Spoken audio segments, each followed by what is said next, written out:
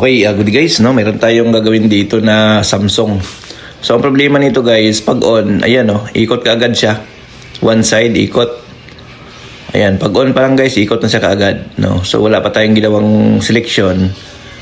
Ikot na siya. So, ayan, pag ipatayin mo, off, pag on.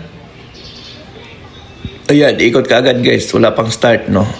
So, ibig sabihin guys, kapag ganito, ang problema ay nasa board ang problema nito kapag ganyan yung nangyari, no? Once na pinipindot mo yung on, ikot ka agad, ibig sabihin shortage na guys yung parts nito. So kadalasan guys ang naging problema diyan yung triac ng motor, no? Yun po ang laging may problema, no? So although yung mga ganitong problema guys pwede siyang i-repair, no?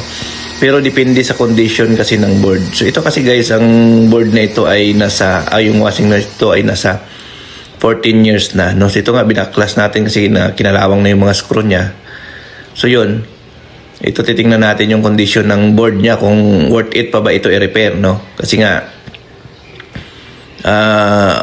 sira na yung kanyang board, no? So ang kadalasan naging problema niyan guys, yung transistor ng motor, yung triac kung tawagin nila, or MOSFET yata yung tawag din ng iba. Yun po ang nagso-short diyan, no? So yun, no, depende yun kung okay pa ang condition ng board, no? So tingnan natin guys, no? So ito naman guys, ayan. So ito nga napansin natin guys, wala na, no? Sunog-sunog na talaga yung board niya. Although kaya pa naman namin sana i-repair to, kaso sunog-sunog na yung board niya. So i-suggest na lang namin to guys na papalitan na lang siya ng bagong board kasi para sure na tumagal. Kasi nga, konti na lang naman guys, idadagdag ng customer bagong board na, no? Kasi hindi naman kamahalan yung board nito.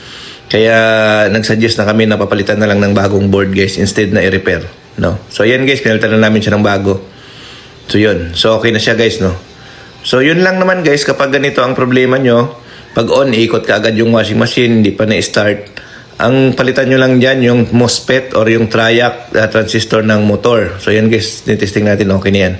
No, yun lang naman, no? Pero kami kasi guys, depende sa condition ng board para iwas back job na rin at the same time, isang gastos lang yung customer. Okay? Thank you. Bye-bye.